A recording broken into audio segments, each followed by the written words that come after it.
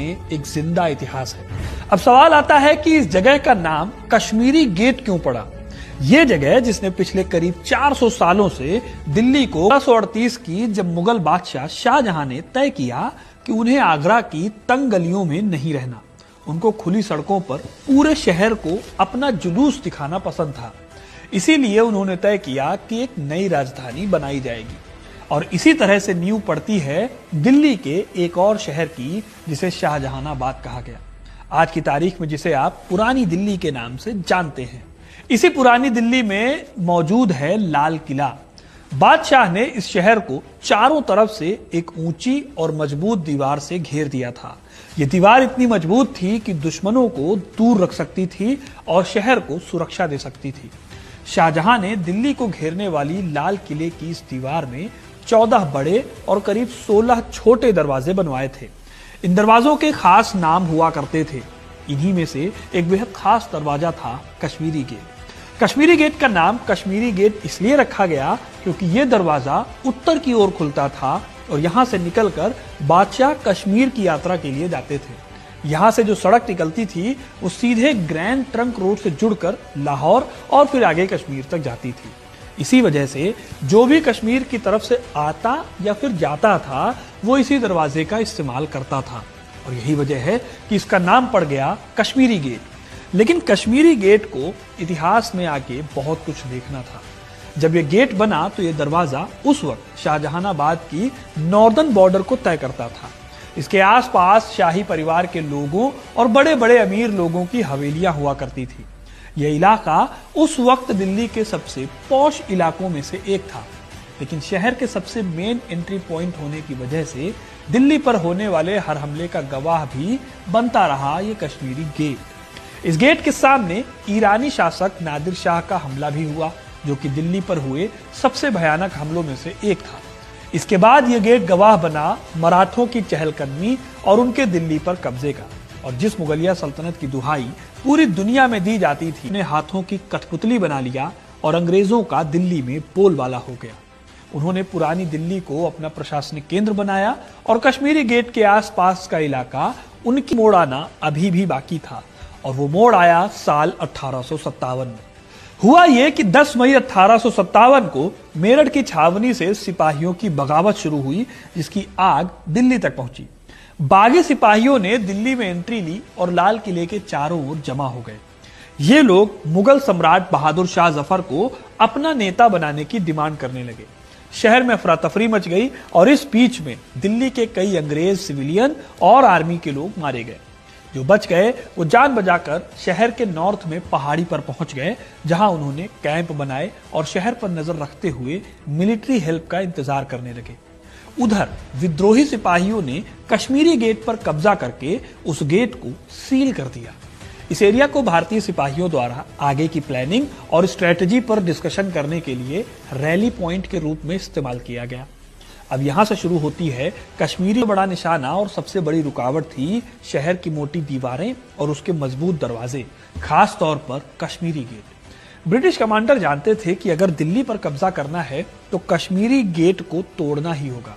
वहीं दूसरी तरफ हिंदुस्तानी सिपाहियों के लिए ये दरवाजा उनकी आजादी और उनकी रक्षा की आखिरी दीवार थी।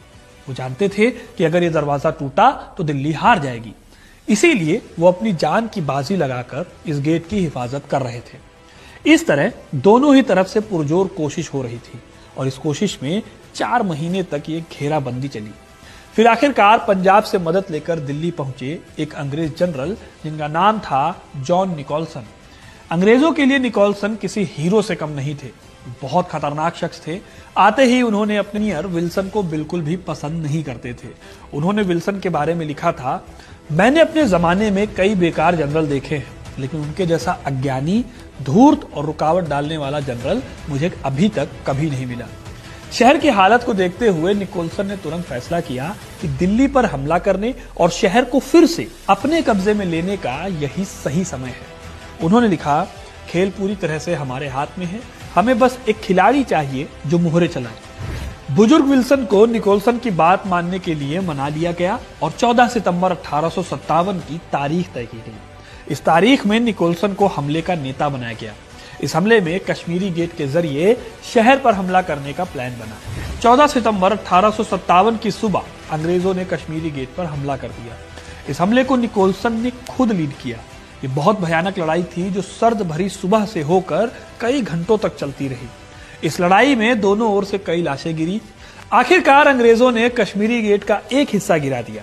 इसके चलते सेना दिल्ली में घुसी और कश्मीरी गेट पर कब्जा हो गया। जल्दी ही अंग्रेजों की सेना ने दिल्ली पर कब्जा करके 1857 की जंग का रुख बदल दिया। अगले कुछ दिनों में दिल्ली में सिपाही प्रतिरोध की कमर तोड़ दी गई, जिससे उन्हें हार कर शहर छोड़कर भागना पड़ा। बहादुर शाह जफर को गिरफ्तार करके उनके बेटों को उनकी आंखों के सामने गोली मारी गई और उन्हें रंगून भेज दिया गया। हालांकि ये सब देखने के लिए अंग्रेजों के हीरो निकोलसन वहां नहीं थे, क्योंकि निकोलसन को गोली लगी थी और वो बहुत ज्यादा घायल हो गए थे। उनके घावों का इलाज के लिए उन्हें आनन फानन में पहाड़ी की चोटी पर वापस ले जाया गया, लेकिन वो ठीक नहीं हो पाए और कुछ दिनों बाद उनकी मौत हो गई।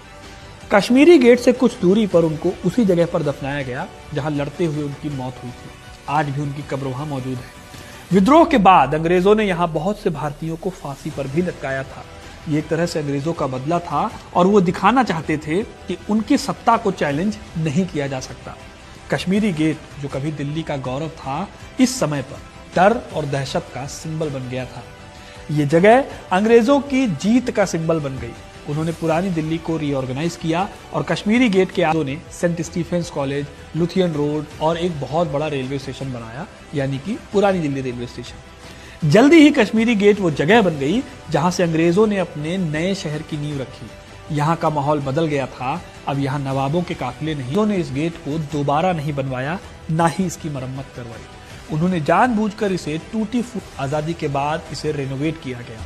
आज भी आपको कश्मीरी गेट में 2 चौड़े मेहराब मिलेंगे, एक एंट्री के लिए और दूसरा एग्जिट के लिए। ये इतने बड़े हैं कि आसानी से शाही जुलूस गुजर जाए, जैसा कि शाहजहां चाहते थे। आजादी के बाद कश्मीरी गेट अंग्रेजों की जीत का सिंबल नहीं रहा, बल्कि वो 1857 के शहीदों की कुर्बानी की याद दिलाने लगा। लेकिन फिर डेवलपमेंट की एक दौड़ शुरू हुई। दिल्ली फैलती रही, आबादी बढ़ती रही और कश्मीरी गेट के पास बन गया इंटरस्टेट बस टर्मिनस, यानी ISBT। फिर यहां पर आया मेट्रो स्टेशन। धीरे धीरे ये जगह